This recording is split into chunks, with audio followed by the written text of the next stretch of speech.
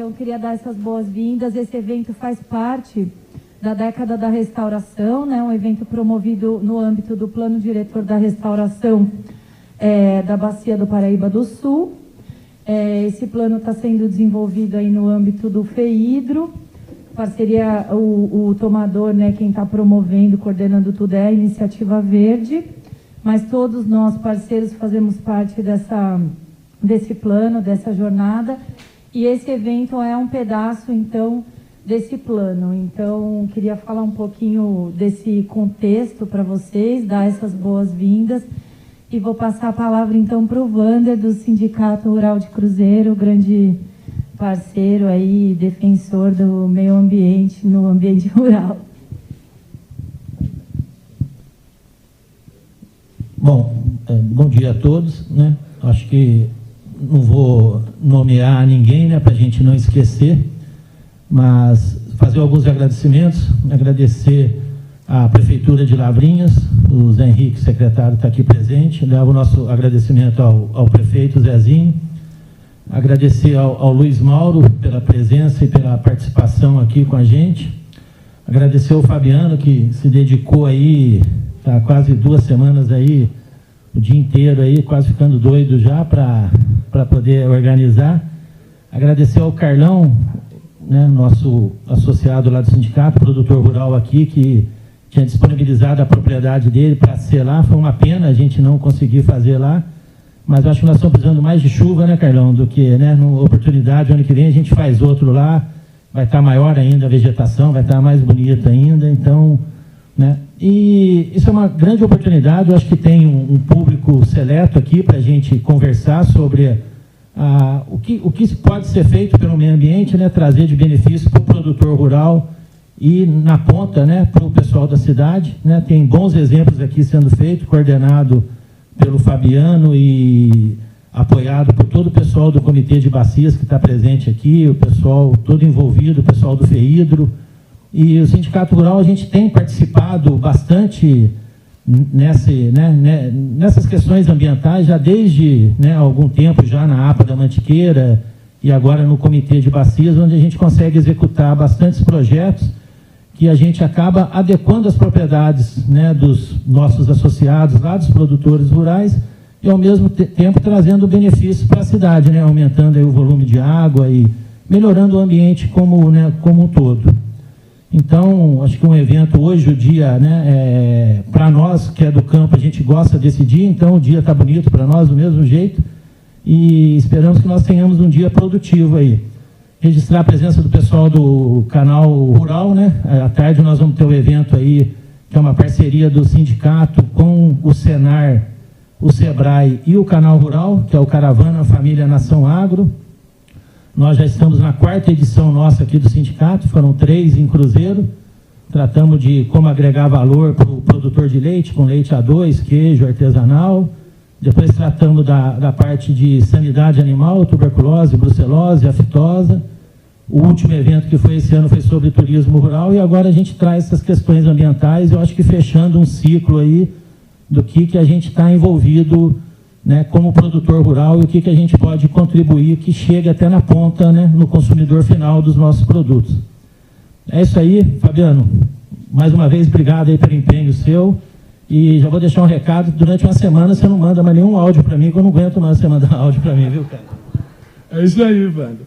Bom, eu queria ser repetitivo, né, agradecer a presença de todos, agradecer a Prefeitura, em nome do Ismael e do Zé Henrique, que estão aqui presentes, agradecer o Carlão, né, Carlão? A gente foi uma batalha ali para a gente tentar fazer o dia de campo lá, mas infelizmente não deu, mas a chuva, ela veio em boa hora, então a gente não pode reclamar, né? Agradecer a presença de todos, principalmente a presença do Luiz Mauro, né, que veio de São Paulo, veio lá da Antigo Botânico, que hoje é IPA, né, Luiz Mauro? E todo esse trabalho de restauração que hoje existe no estado de São Paulo vem de pesquisas, vem de estudo lá do Botânico, né, das instituições da Secretaria de Meio Ambiente. Então é bem legal a sua presença aqui para falar um pouco da lista de espécies, de como anda essa nova instituição agora. Vou falar rapidamente da programação, agradecer o canal Rural também, presente, né? A ideia é que o Luiz Mauro agora faça a abertura, fale um pouco da instituição, um pouco da lista de espécies utilizadas na restauração florestal. Depois a gente tem um bate-papo, uma apresentação minha sobre o projeto na Fazenda do Carlos, que é patrocinado pelo FEHIDRO, né, pelo Fundo de Recursos Hídricos. A gente vai ter a doutora Clécia, da Unesp, falando sobre monitoramento, que é muito importante para a restauração, monitoramento e combate a incêndio. E depois vamos ter o Renato Lorza. Obrigado pela presença também, Renato. Hoje gestor da APA São Francisco Xavier, coordenador da Câmara Técnica de Restauração, uma coordenadoria muito importante para a gente aqui no Vale. E o Edésio, também da Agroícono, que vai falar sobre os dois, né? O Renato vai falar sobre sementes, a importância da semente na restauração, e o Edésio, da Agroícono, que está presente também, agradeço a presença, vai falar sobre muvuca, sobre semeadura direta, que é uma das técnicas que tem sido utilizada aqui na região, de muito sucesso, e a ideia que a gente sempre fala é trabalhar a restauração com a maior eficiência possível, né? E com o menor custo. E o que a gente tem visto, a semeadura direta, ela tem dado esses resultados para a gente. Então, doutor Ismauro, obrigado, você poderia começar aqui.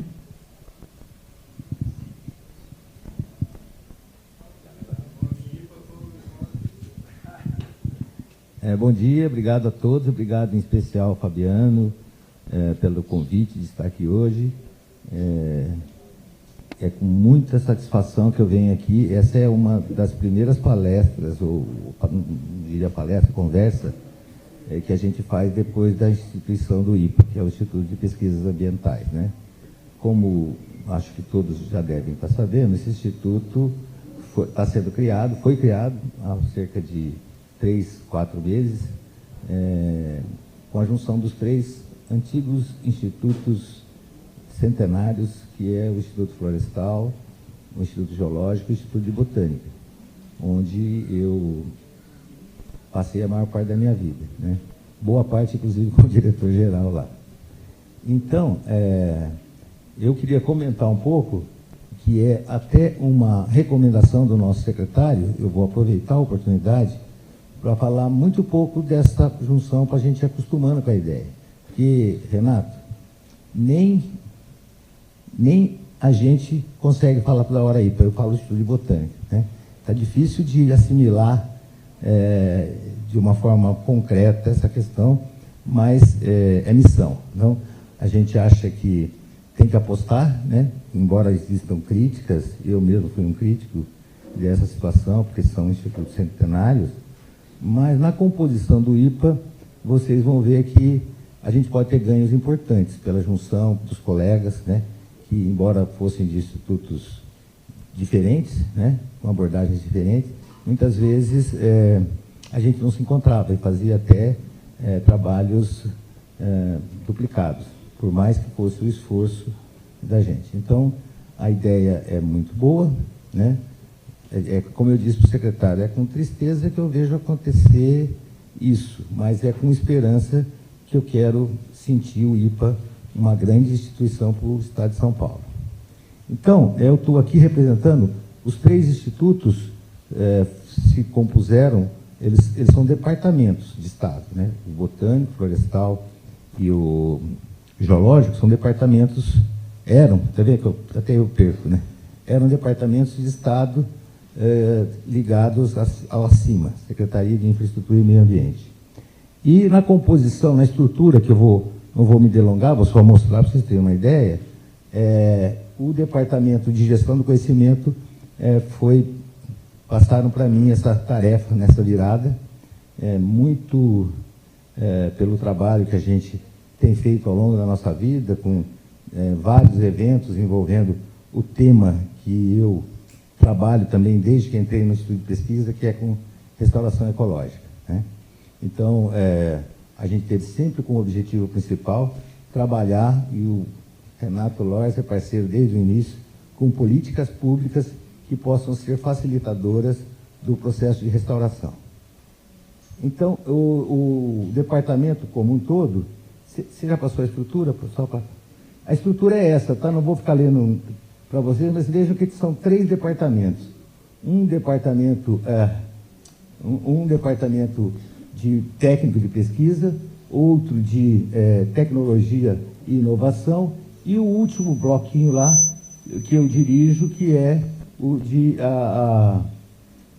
divulgação do conhecimento. Pode passar? Esse departamento, então, divulga, faz a gestão, estou falando de divulgação porque é o que eu estou tentando fazer aqui agora, mas na verdade, a gestão do conhecimento. Tentar fazer o que eu já vinha fazendo ao longo da minha vida, alguns de vocês devem conhecer, com simpósios que a gente trabalhou, fizemos um a cada 2 anos, pelo menos 10, além de congressos, né?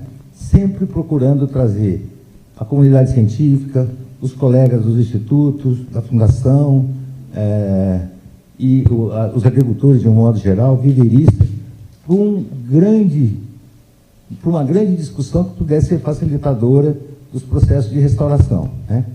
E então, o próximo, Fernando, a história mais ou menos desse tempo, que vai ser bem rápido, é que havia uma carência muito grande de técnicas de restauração. Havia também a utilização de baixa diversidade de espécies e a produção de viveiros era concentrada em poucas espécies. E tinha um motivo, evidentemente, né? A ideia que a gente constituiu nesses grandes eventos, e acho que até fui escolhido para esse departamento por conta dessa tentativa de juntar o conhecimento de todo mundo e disponibilizar em políticas públicas, né? Então, estabelecer parâmetros facilitadores do planejamento e para o licenciamento da secretaria, que era uma briga, ninguém sabia por que os licenciamentos demoravam, eles não tinham parâmetros para estar aprovando projetos, etc. Então, essa era uma discussão que a gente queria levar adiante. E as estratégias de identificar quais eram os obstáculos e as grandes dificuldades. Bom, um pouquinho da história, tudo começa lá em 89 com esse simpósio sobre matas ciliares. Foi o primeiro simpósio e, por isso, um pouco mais de 30 anos. Não vou ficar falando muito datas, senão fica ruim. Mas já naquele tempo se identificou, e eram recomendações daquele primeiro simpósio, que grandes colegas nossos que estão aí até hoje discutindo, elencaram 6 pontos, né? O primeiro é estabelecer melhor sobre a importância da mata ciliar. Para os mais jovens, mas os mais velhos vão entender, as pessoas não sabiam nem o que era mata ciliar nesse tempo. Tivemos que, esse simpósio recomendou fortemente que se explicasse mais os benefícios da mata ciliar, era um desafio para frente. Ter também a microbacia como unidade de análise. Não adianta você fazer aqui em cima ou lá embaixo, você tem que fazer essa restauração considerando a microbacia. O terceiro era usar espécies nativas e regionais. O quarto era estimular a produção de sementes e mudas de espécies nativas, que não ninguém produzia, né? Você produzia 30 a 40 espécies, para vocês terem uma ideia, e em geral as mesmas. Estabelecer um fórum permanente sobre matas ciliares, que depois virou restauração, que é um termo mais atual, mas naquele momento eram as matas ciliares. E promover eventos científicos bianuais. Essa é a questão de cumprir e atender entre as recomendações que a gente tinha. Vejam que muitas delas ainda são atuais, mas vejam também que muito a gente conseguiu evoluir, né? Com o trabalho numa instituição de pesquisa, a gente montou pelo menos 2 grandes projetos, eu não vou ficar lendo basicamente. O primeiro era sobre repovoamento vegetal em recursos hídricos de áreas degradadas, nos biomas de São Paulo, em que a gente colocou as nossas equipes para estudar detalhes ou demandas que existiam para se conhecer os trabalhos. E estabelecer parâmetros para avaliação e monitoramento para reforçamentos induzidos, visando apoiar o licenciamento ambiental. Dar para eles ferramentas que pudessem estar avaliando e licenciando muitos dos processos que não eram bem avaliados. Bom, o que a gente fez nesses projetos? Lá naquela época, eu vou ser bem sintético, para não... Eu começo a falar dessas coisas, eu vou muito longe, eu tenho que pular. Então, 98 áreas nesse projeto a gente visitou na época, distribuídas nessas regiões ecológicas do Estado, que basicamente foram feitos por Schwartz e é usado por todo mundo, né? São regiões que têm características muito semelhantes e, portanto, vão dando indício de que as espécies que ocorrem aí devem ser usadas nos nossos reflorestamentos. Dessas 90, a síntese que a gente teve na conclusão desse trabalho é que cerca de 300 espécies arbóreas foram elencadas. A gente foi a campo, ver quem fazia muda, que muda se fazia, embora soubesse que se usava 30 ou 40, 300 as pessoas sabiam fazer porque tinham feito um dia, com maior ou menor dificuldade, com mais ou menos espécies, mas sabiam fazer. Então, não pode falar que não sabe fazer, que era a discussão dos nossos simpósios. Você vai ficar falando de tanta espécie, depois ninguém sabe fazer, principalmente o viverista, reclamava disso, né? Mais dessas 300 espécies, 150 eram utilizadas em apenas 3 projetos, né? E geralmente da academia. E a gente tinha um também, mas que era áreas, em geral, pequenas, para poder fazer teste, etc. Então, ou seja, a grande maioria, né, das áreas utilizavam no máximo 30 espécies. A gente até elencou. Espécies super importantes, porque são fáceis de fazer a muda, todo mundo fazia. Se perdesse, não tinha problema, porque fazia outra. Então, era uma facilidade tremenda, e isso fez com que a questão do reflorestamento mal orientado induzia as pessoas a plantarem só isso, né? E aí a gente começou a ver quais as dificuldades que tinham. 12 espécies eram frequentes em 50% dos projetos analisados, aqueles 98 que a gente falou que perfaziam quase 2.500 hectares, né?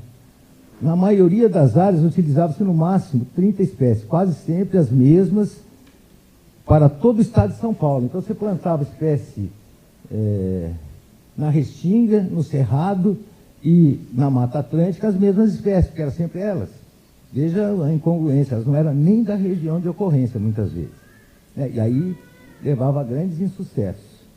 E os viveiros florestais também do estado, apesar de produzirem diversidade de espécies, concentravam as produções nessas 25 tribos, que era mais barato. Eu cheguei aí em prefeitura que comprou muda nativa por licitação, imagina. Licitava, os caras só compravam cróton, que era mais barato que tinha, e faziam um plantio de cróton na vida lá, enfim. Era uma coisa maluca, que era por falta de uma orientação de políticas públicas mesmo, né? Diante dessas constatações, o que a gente foi tentar fazer? Né? Criar ferramentas ou informações que pudessem facilitar essas coisas. Então, o botânico, na época, né, fez, em continuidade das pesquisas nas diversas áreas de restauração, promoveu os eventos que eu comentei aqui, os workshops, etc. E desses eventos e das discussões, muitas vezes a academia vinha com alunos da pós-graduação apresentar trabalhos, etc., com pontos extremamente importantes e que a gente discutia nesses eventos para procurar ver como é que a gente podia estar passando isso para frente. Aí um panorama, mais ou menos, dos eventos que a gente fez durante esse tempo todo, né? Com destaque lá no Congresso Nacional de Botânica também. E aí o que a gente ficou pensando? Olha, aonde tem gargalo, né? Gargalo é produção de muda. Produção de muda, primeiro porque a diversidade era pequena.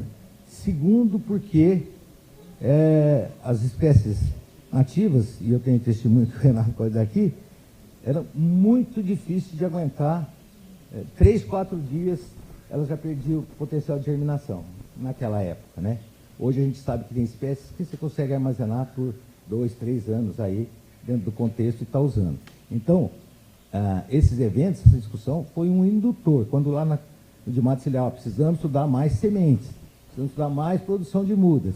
Era isso que estava se dizendo e felizmente, né, eu consigo ver isso com bastante alegria, a gente conseguiu avançar bastante nessas ferramentas, né? A gente chama de ferramentas que a gente foi criando e vejam, a gente pensava durante 2 anos, discutia, falava com os colegas, depois levava para o simpósio, discutia no simpósio e daí precisávamos também ter políticas públicas, né? Para isso. Foi aí que, logo no início, a gente fez uma resolução, né? que a gente foi chamado de louco. No começo a gente falou, vamos discutir essa resolução. A primeira foi lá há 20 anos atrás, né? Em 2001, 2002, e sentamos com o pessoal da academia, putz, só estão produzindo isso, como é que a gente vai fazer? E os mais puristas falaram assim, ó, Luiz, você está na academia junto com uma instituição de pesquisa, você não pode falar de 100, 200 espécies, 300 ou até 500 que está aí, né? Quando a gente sabe que, teoricamente, você chega a ter centenas de espécies na Mata Atlântica, às vezes num único hectare, né? Uma área bem conservada de Mata Atlântica, você tem 100, 150 espécies arbóreas, estou falando só de arbóreas, num único hectare. Então, por que eu vou plantar 2 ou 3 ou 30 ou 40?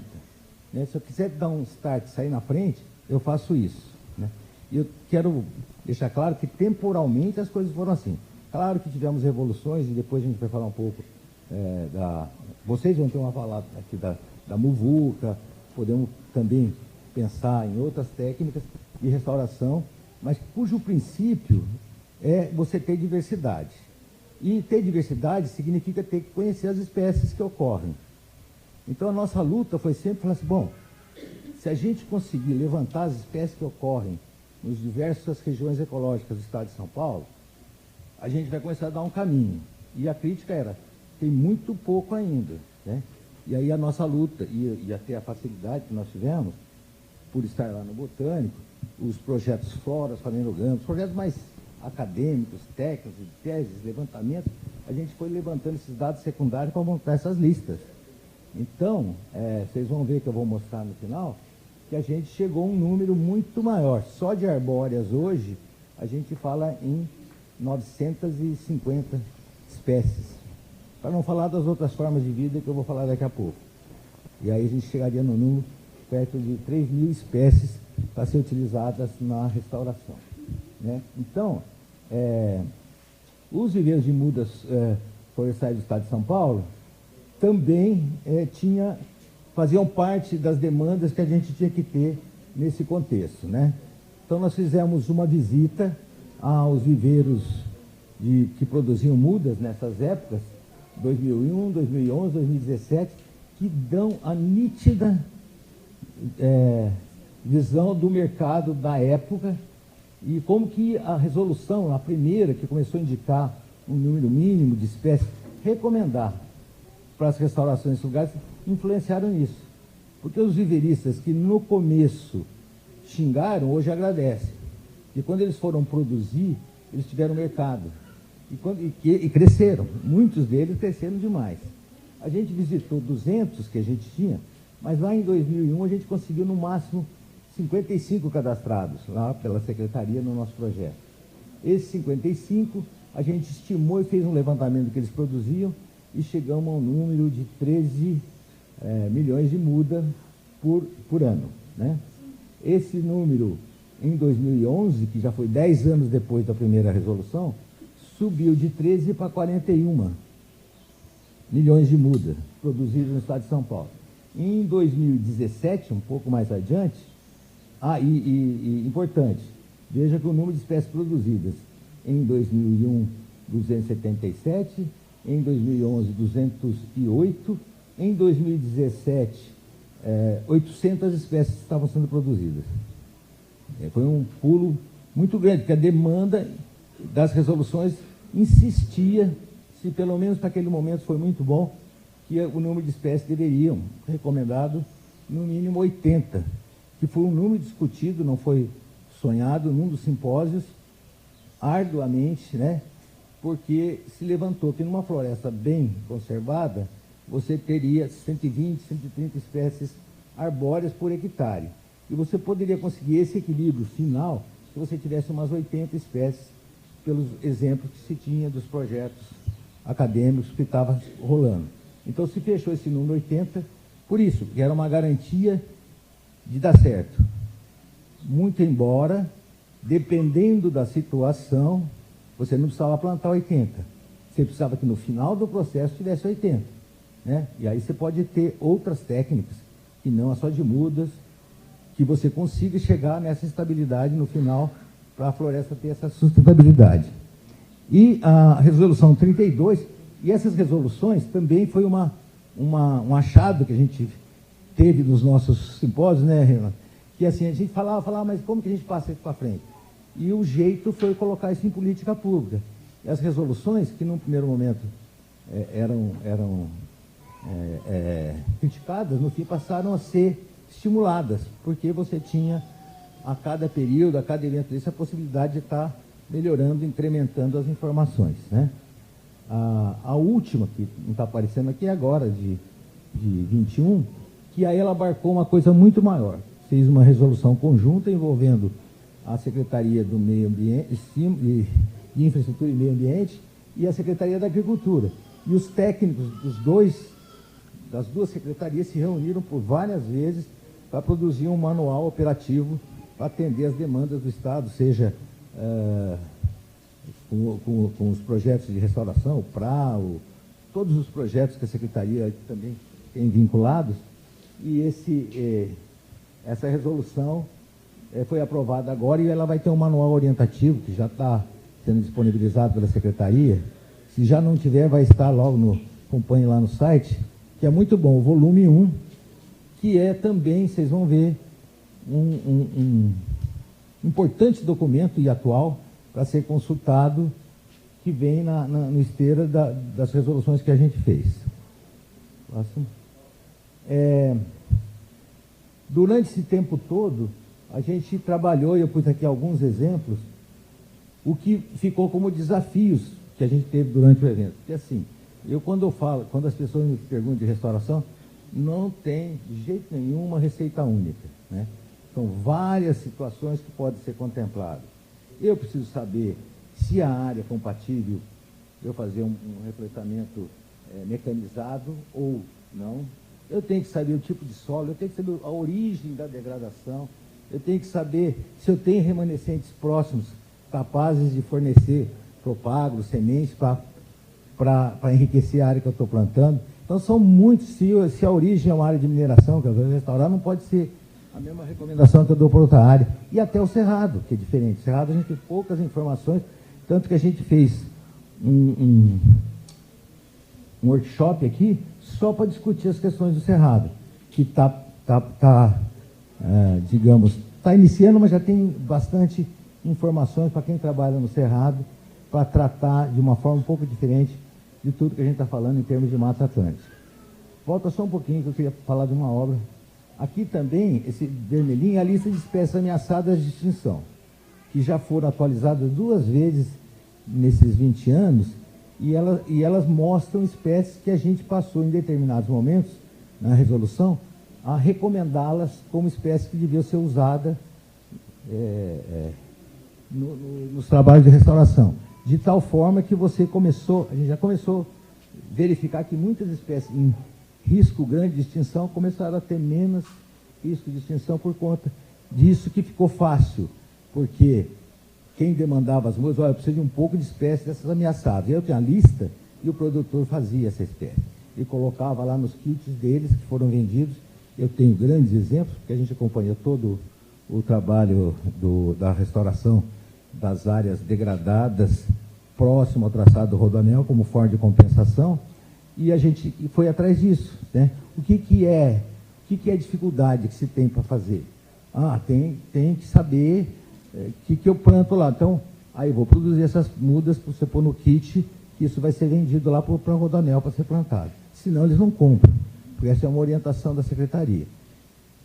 Todo mundo sabe fazer tudo agora.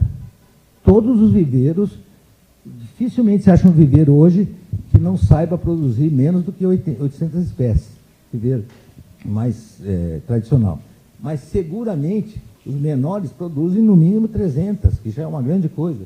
300, 400 espécies, que é completamente diferente de produzir só 30, né? Para comercializar e para mandar para as prefeituras do estado de São Paulo inteiro, né? E para competir com outras áreas através de licitação. Imagina fazer licitação para comprar muda. Então, a lista de espécies ameaçadas de extinção foi uma outra grande contribuição que nós demos para inserir no livro, que a gente vai falar um pouco mais, que eu deveria insistir nisso, mas eu estou falando um pouco dela, porque no final a gente tem um vídeo de 3 minutos que conta melhor que eu a importância dessa lista e do livro que a gente tem para disponibilizar aí também. Essa lista tem, hoje, como eu disse, 2.951 espécies, sendo quase 1.939 arbóreas, 175 arvoretas, 448 arbustos, 218 subarbustos, 484 ervas, 167 lianas, 242 epífitas, 145 aquáticas e paludosas e 133 pteridófitas. Por que a gente quis contemplar essas coisas no livro? Porque nós estamos tendo uma tendência de enriquecer a biodiversidade já com outras formas de vida que não só a arbórea. Então, a tendência é que a gente chegue lá, né, seguindo exemplos que deram certo. A gente começou com poucas espécies, chegamos a um limite importante, que é quase 1.000 espécies arbóreas, né, e agora devemos passar, porque a diversidade de uma floresta, e a gente pode ver isso muito no Rodoanel, nas áreas que a gente tirou, tem muitas espécies, tem muitas orquídeas, muitas bromélias, muitas lianas. E como é que eu vou desaparecer com isso se ela faz parte da biodiversidade daquele ecossistema? Então, é uma coisa que não está muito clara ainda, mas que a gente já sabe que tem, se puder, e se puder conservar, principalmente quando você vai fazer a restauração, isso vai ser muito bom. Essa é a planilha que a gente tem no livro, mas o que esse livro tem de bom, que o vídeo vai mostrar, eu quero que vocês prestem atenção. Se a gente souber ler, a gente, com essa lista, resolve. Porque ela tem as espécies, as categorias, se elas são pioneiras, se elas são secundárias, se elas são de cobertura, se elas são exóticas se elas são ameaçadas de extinção, e o porte delas, o nome científico e o popular, que aí será uma dificuldade. Tudo que a gente achou no meio do caminho que pudesse ajudar, a gente colocou nesse livro. Então, essa lista vai aparecer mais adiante para vocês verem. Mas a lista de espécies da flora ameaçada de extinção, eu acho que está aqui por acaso, na verdade dão números, mas que a gente só usou para colocar na lista. Aí, só para não passar batido, porque o Rodoanel para nós foi um laboratório extremamente importante. Quando foi fazer o licenciamento do Trecho Sul, principalmente, o secretário, na época, o Rodenberg, chamou a gente e falou: olha, o pessoal está entrando com ação porque não está bem estudada a área para ser já ir desmatando e fazendo o Rodoanel. E tinha que pôr alguém da academia, alguém das instituições de pesquisa, para fazer um estudo, senão não passa no CONSEMA. Né? E era uma demanda do Ministério Público Federal, né, porque a obra era do governo do Estado, né, e era uma demanda do CONSEMA por isso. E daí o professor Rodenberg, na época, nos procurou e falou: olha, vamos nessa, vamos fazer, a gente chama o Ministério, conversa com a Secretaria e propõe esse estudo. E foi aí que tudo começou. A gente nem tinha uma metodologia, foi uma coisa assim que a gente estava precisando fazer o estudo e eles estavam cortando a árvore nas nossas costas aqui. Entendeu? Então, a gente teve que fazer uma proposta de uma coisa emergente para fazer, para poder o processo. E aí, a gente tinha que fazer isso com toda a cautela que a parte técnica exige, mas também tinha pressão política. Pô, vocês vão ficar segurando isso até quando? Não sei o quê. Então, a gente fez uma proposta que vingou e que a gente foi adiante de fazer 3 componentes distintos. O primeiro dele era a florística. A florística é o quê? Nós pegamos as nossas equipes e saímos em todas as áreas que iam ser suprimidas para fazer o Rodoanel e levantando tudo que tinha nelas e nos seus entornos, né? Então foi feito um grande banco de espécies. Nesse levantamento, pasmem, ali do ladinho de São Paulo, a gente achou espécies, muitas, extremamente ameaçadas de extinção. E uma, inclusive, até extinta, que era a que a gente resgatou, que era uma bromélia, Tillandsia linearis. A gente levou para o botânico, reproduziu e reintroduziu, inclusive. né? Então, ela, além de ter detectado ela em outras áreas do Rodoanel, o que fez com que a gente pudesse tirar elas de extintas da natureza. Elas estavam extremamente ameaçadas ainda, mas era um passo importante. Assim como para ela foi feito para outras espécies. À medida que fosse cortando, a gente ia resgatando o que era possível no caminho, né? Principalmente o que caía da árvore, né? Então, as árvores caíam, ia lá, pegava as bromélias, as orquídeas, etc. E a gente fez viveiros de espera para poder dar conta disso, porque a obra ia em ritmo acelerado. E depois levava para o botânico uma parte e a outra parte reintroduzia, a grande maioria, na mata adjacente a essa que tinha sido cortada, de tal forma que você não perdia nem a espécie, nem a genética dessas espécies que estavam ali mesmo. Que a gente chamou de resgate, tinha um grupo encarregado disso. E o outro de reflorestamento e monitoramento, que era plantar, com base nessas informações, orientar, né, na verdade, eram as empresas contratadas, orientar para fazer esse reflorestamento, tendo como base a informação das espécies que ocorriam e tudo mais. Muito bem. Nessa hora também tivemos dificuldade, porque o pessoal estava trazendo espécies do Rio Grande do Sul para plantar aqui, na compensação, né? E a gente, negativo. Conversei com o Kageyama na época. E o fluxo gênico, como é que é? E as espécies que tem que estar aqui, dessa região? Então, a gente já colocou que a distância máxima da origem lá era 200 quilômetros em linha reta, né? Não de estrada, em linha reta, passar um raio de 200 quilômetros, a gente aceitava os viveiros que estavam nessas áreas, o que indicava a procedência das mudas dessas áreas, eram aceitos. E aí a Dersa, então, comprava as mudas, a Dersa Nós Empreiteiras, que trabalhava para ela, né? O próximo, Fernando. Aí tem alguns exemplos, né? Aqui é uma área que a gente trabalhava há 20 anos lá. Foi a primeira área que plantou 101 espécies, mais do que 80. Na época a gente estava falando das 80 espécies, lá em 2001, se não me engano.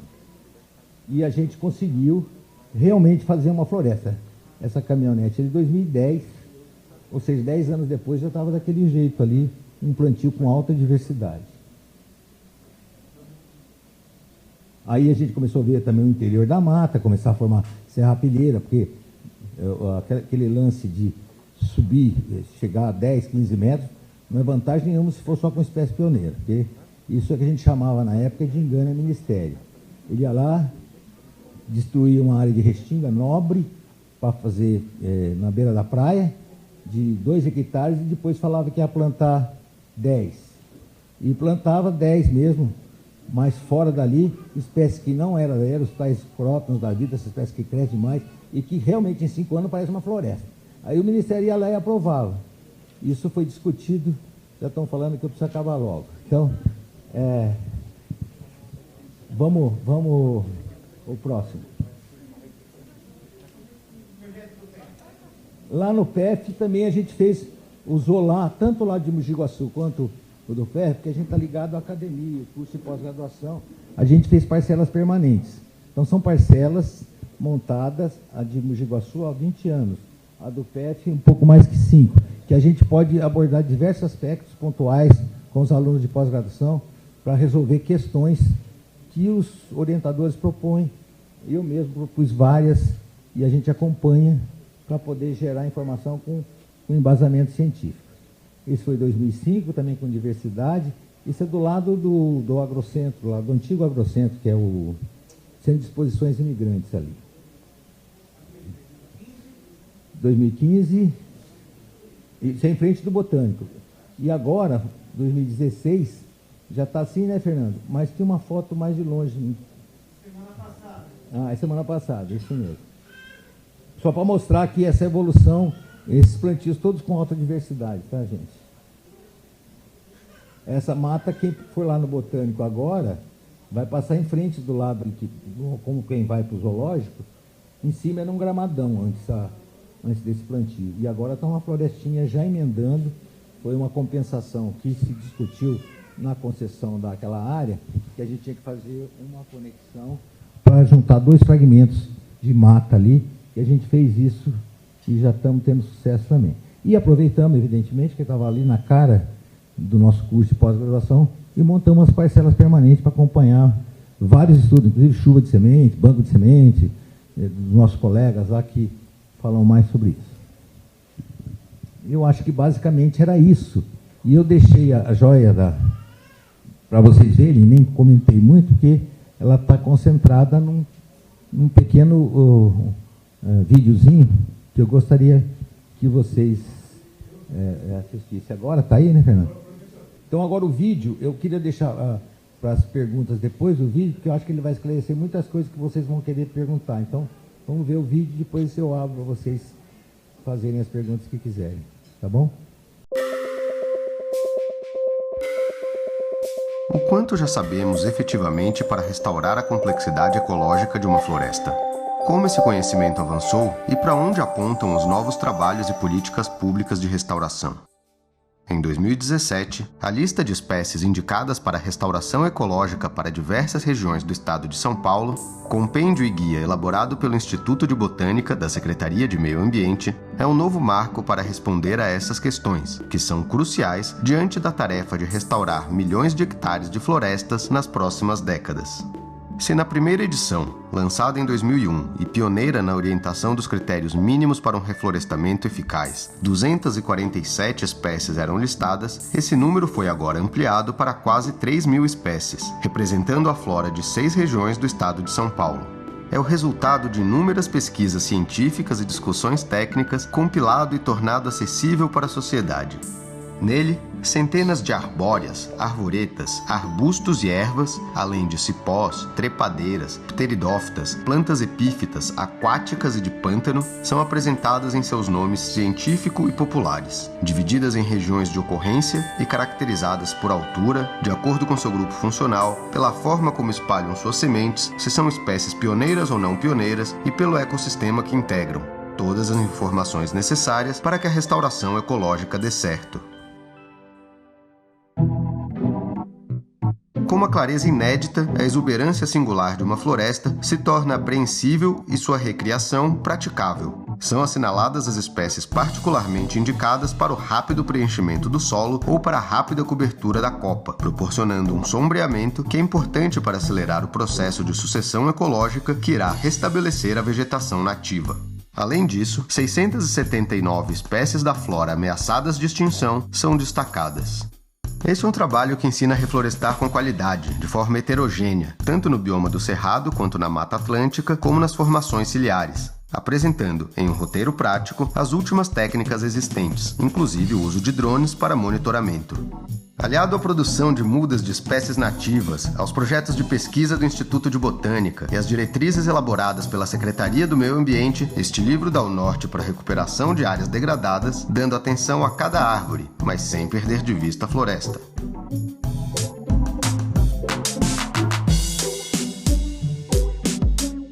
Isso foi uma demanda da CETESB para a gente, porque eles recebiam projetos para serem analisados das mais diversas abordagens de aspectos muito importantes que deveriam ser contemplados. Entre eles, a questão da diversidade, as espécies que eram usadas, para evitar até indicação de espécies exóticas para um problema no reflorestamento.